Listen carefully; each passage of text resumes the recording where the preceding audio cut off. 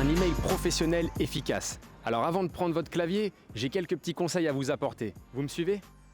Bonjour Candice. Bonjour Guillaume. Alors en fait, j'ai un petit souci, je dois écrire un email professionnel, mais j'aimerais bien avoir les bonnes méthodes. Qu'est-ce que tu ferais toi pour rédiger un email professionnel digne de ce nom ? Alors déjà, il faut savoir que ton interlocuteur, il va avoir une quantité de messages. Donc déjà, mettre un objet qui va rappeler le sujet sur lequel tu l'abordes, la date éventuellement, les mots-clés en fait, pour qu'il y ait un petit effet remind. D'accord. Petit effet remind, en gros, un objet bien choisi avec de bons mots-clés. Ok. Ouais. Après, au niveau de la structure, déjà, comment on aborde l'email ? C'est bonjour, cher monsieur, chère madame.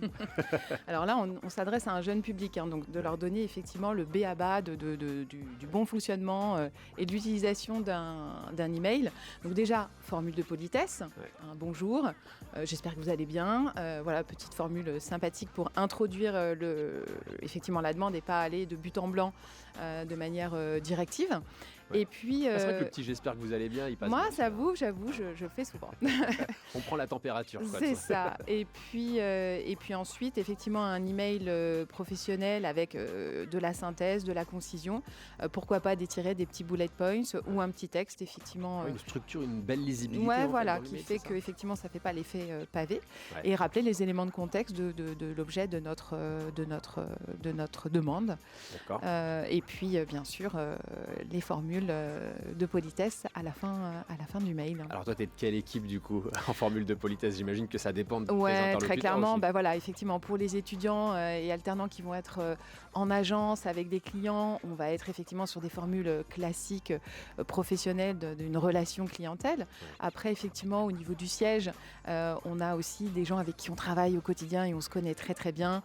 Donc le bien à toi, bien à vous, bien cordialement ou voilà, de toute autre Tout ce qu'on formule. voit, en fait, qui sont Voilà. assez- les formules Oui, assez là, il n'y a classiques. pas de règles, mais effectivement, ne pas oublier la formule de politesse de conclusion. Alors c'est vrai que j'ai eu des débats, notamment avec les jeunes que j'ai pu interroger aussi sur cette vidéo, sur la signature de mail.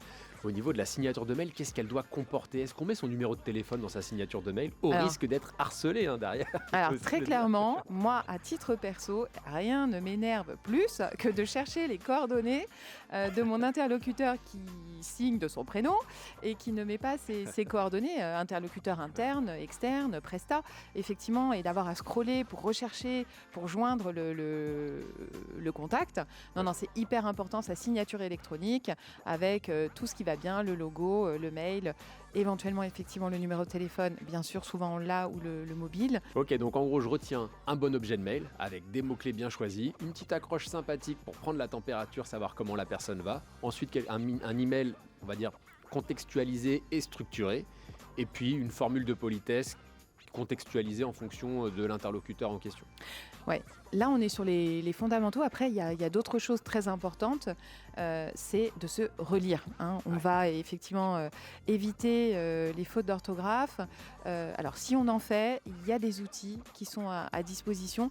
Au-delà du correcteur classique qu'on retrouve dans Outlook, des solutions à disposition qui vont permettre de comprendre pourquoi et sur quel type de faute et d'expliquer pourquoi on fait ce type de faute et la correction qui va avec.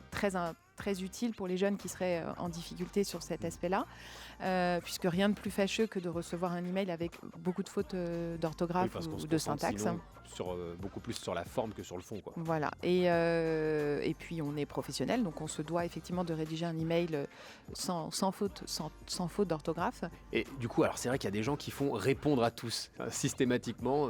Je sais pas, est-ce que c'est une bonne pratique ? Alors, surtout quand on est jeune et qu'on démarre dans la vie active et professionnelle, il faut être hyper vigilant à effectivement ne pas faire répondre à tous ou le faire quand c'est nécessaire.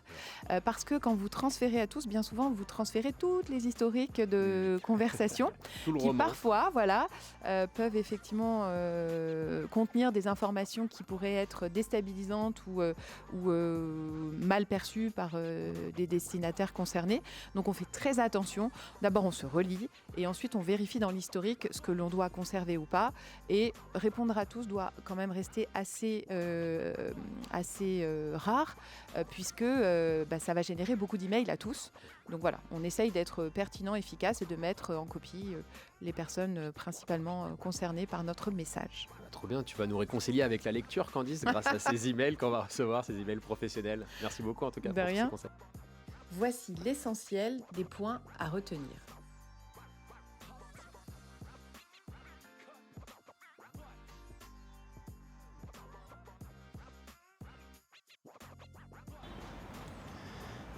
Alors ça nous fait déjà pas mal de contenu, mais je vais quand même vous en apporter 3 autres en bonus. Le premier conseil, c'est celui de bien définir votre objectif. À quelle cible il s'adresse, quel est l'objectif de votre email, à savoir qu'est-ce que vous voulez atteindre. Mon deuxième conseil, c'est celui de bien réfléchir au contenu que vous allez proposer. Il faut un contenu qui soit passionnant et accrocheur, qui donne envie d'être lu. Et si vous avez un doute, n'hésitez pas, passez tout simplement un petit coup de fil à votre interlocuteur pour résoudre le sujet. Allez, à plus. Et au fait, pour en savoir plus sur les offres de stage, d'alternance et sur le CFA, le campus BPCE, rendez-vous sur recrutement.bpce.fr.